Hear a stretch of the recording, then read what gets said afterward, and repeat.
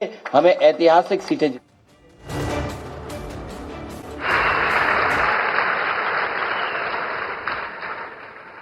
मैं art of living परिवार को इस ध्यान मंदिर के लिए अनेक अनेक शुभकामनाएं देता हूं। साथियों, बेंगलुरु का माहौल, यहां का वातावरण कुछ अलग ही होता है। ये शहर सॉफ्टवेयर और सर्विसेज के लिए दुनिया भर में जाना जाता है, लेकिन भारत की सांस्कृतिक पहचान, स्पिरिचुअलिटी, आध्यात्मिक चेतना को भी इस शहर ने नई ऊंचाई दी है।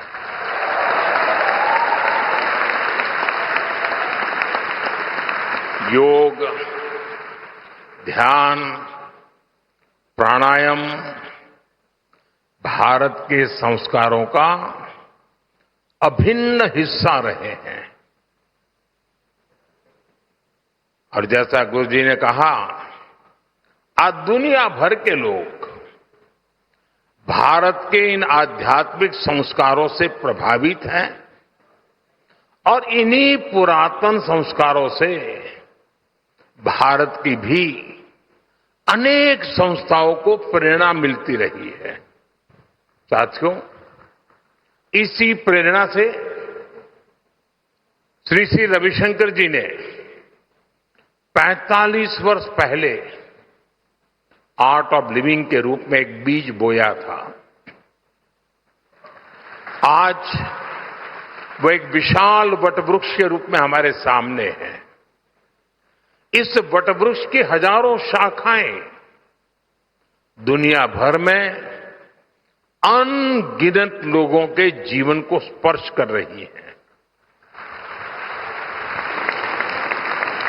और मुझे विदेश में जहां जहां जाना पड़ता है सरकारी काम के लिए, तो कोई न कोई आप वाला मिल ही जाता है।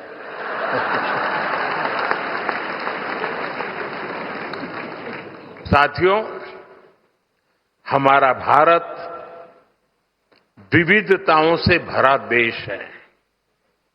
इतनी भाषाएं, इतनी परंपराएं, अलग अलग रीति रिवाज, उपासना के अलग अलग तरीके, जब हम इसे देखते हैं तो एक स्वाभाविक प्रश्न हम सबके मन में आता है, आखिर इन सभी सुंदर विविधताओं को जोड़ने वाला मूल तत्व क्या है? इसका उत्तर है स्वयं के लिए नहीं, बल्कि दूसरों के लिए जीना।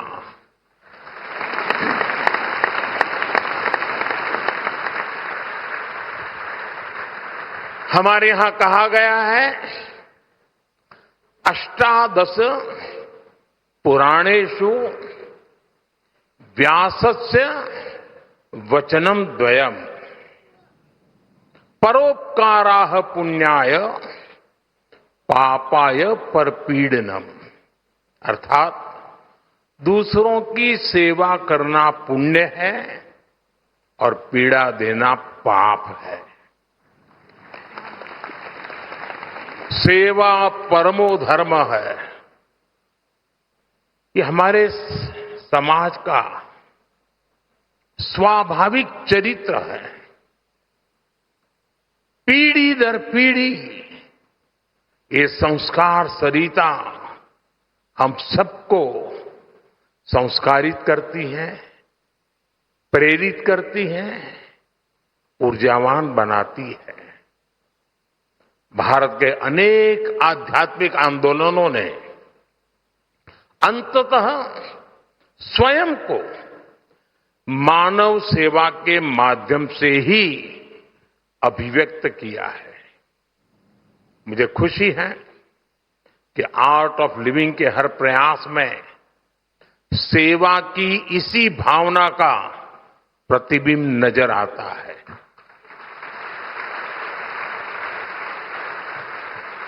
अभी जो वीडियो दिखाया गया, सेवा ही सेवा है, उसमें लोगों का ही कल्याण है। मैं आर्ट ऑफ लिविंग की यात्रा से जुड़े हर वॉलेंटियर को अपनी हार्दिक शुभकामनाएं देता हूं। साथियों, कोई भी अभियान तब सफल होता है जब उसके साथ समाज की शक्ति जुड़ जाती है। इसलिए ऐसे हर महत्वपूर्ण मिशन के लिए समाज की शक्ति को जागृत करना बहुत आवश्यक है। मेरा हमेशा से विश्वास रहा है कि समाज, राजनीति और सरकारों से भी अधिक शक्तिशाली होता है और कोई भी सरकार तभी सफल हो सकती है जब समाज स्वयं राष्ट्र निर्माण में सक्रिय भागीदारी निभाता है। अब जैसे हमारा स्वच्छ भारत अभियान है, ये सिर्फ सरकारी कार्यक्रम नहीं है, बल्कि ये लोगों के जीवन का स्वाभाविक हिस्सा बन चुका है। अब ये समाज की शक्ति से ही आगे बढ़ रहा है। साथियों, जब समाज सक्रिय हो जाता है, तब देश की सबसे बड़ी चुनौतियों का भी सामूहिक समाधान निकाला जा सकता है। ये देखना बहुत ही सुखद है कि आर्ट ऑफ लिविंग संस्था भी हमेशा से समाज की इस शक्ति को साथ लेकर चलती है। आप सभी ने विकास से जुड़े कार्यक्रमों में सोशल अप्रोच को बहुत महत्व दिया है। चाहे वृक्षारोपण अभियान हो या रूरल स्मार्ट विलेज सेंटर्स हो, महिलाओं और जनजातीय समाज को सशक्त बनाने वाले कार्यक्रम हो या फिर कैदियों के मानसिक स्वास्थ्य को बेहतर बनाने वाला अभियान हो, ये सभी प्रयास देश और समाज की विकास यात्रा के उसमें महत्वपूर्ण योगदान देने वाले होते हैं। साथियों, मैं एक और बात के लिए यहां उपस्थित हर व्यक्ति की प्रशंसा करूंगा और वो है युवा शक्ति पर फोकस।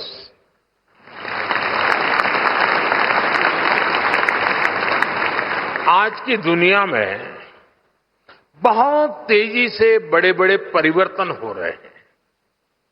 हर दिन साइंस नई संभावनाओं के द्वार खोल रही है। नए नए इनोवेशन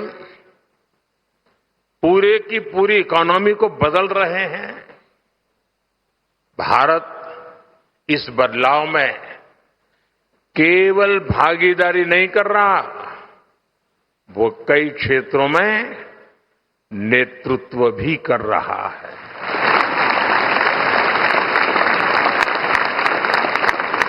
हमारी डिजिटल क्रांति ने भारत को डिजिटल पेमेंट में ग्लोबल लीडर बनाया है।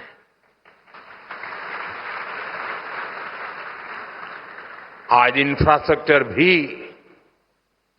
अभूतपूर्व गति से आगे बढ़ रहा है और फ्यूचरिस्टिक विजन के साथ आगे बढ़ रहा है। स्टार्टअप में भारत बहुत तेजी से दुनिया का तीसरा सबसे बड़ा इकोसिस्टम बना है।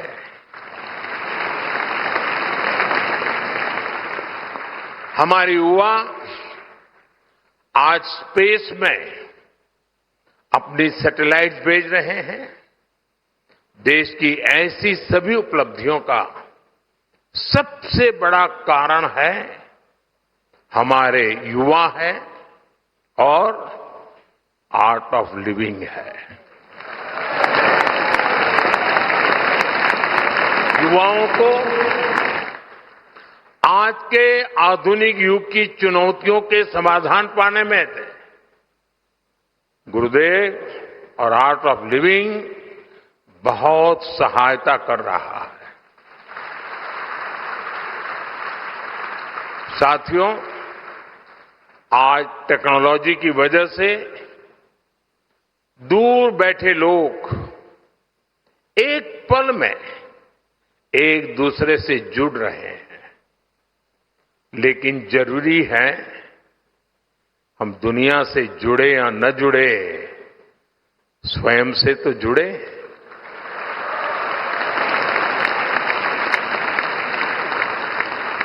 और ये स्वयं से जुड़ने की क्षमता को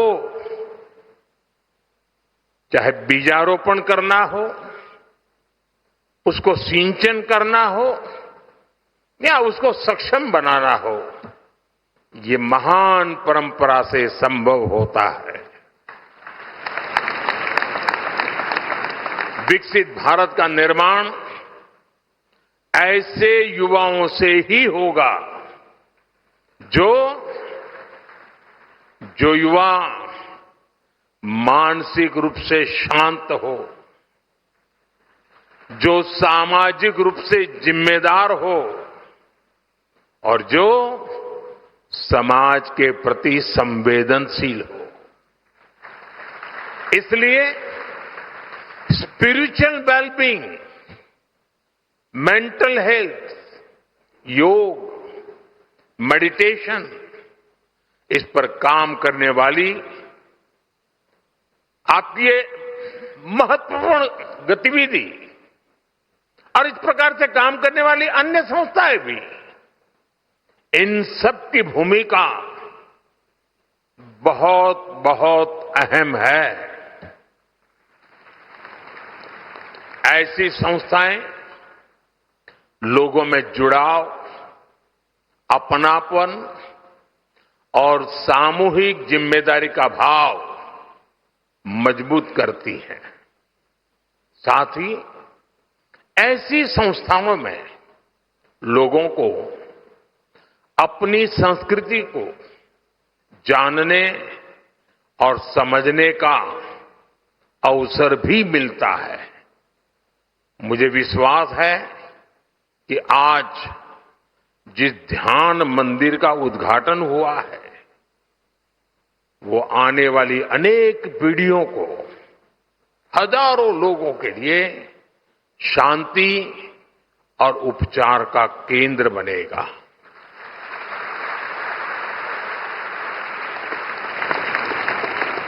साथियों, आप सभी देश और समाज के प्रति अपने कर्तव्यों को बखूबी निभा रहे हैं, लेकिन जब भी आपके बीच आता हूं तो कुछ आग्रह करने से खुद को रोक नहीं पाता। अभी मेरे बोलने से पहले ही गुरुजी ने कह दिया कि आपके 9 आग्रह हमें मंजूर है, तो बोलने को लिए कुछ बचा नहीं, लेकिन आदत जाती नहीं।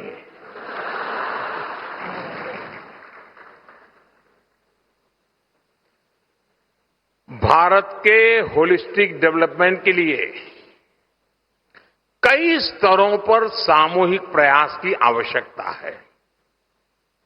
इनमें आर्ट ऑफ लिविंग जैसे संगठन महत्वपूर्ण भूमिका और ज्यादा शक्ति से इस परिवर्तन के प्रहरी बन सकते हैं।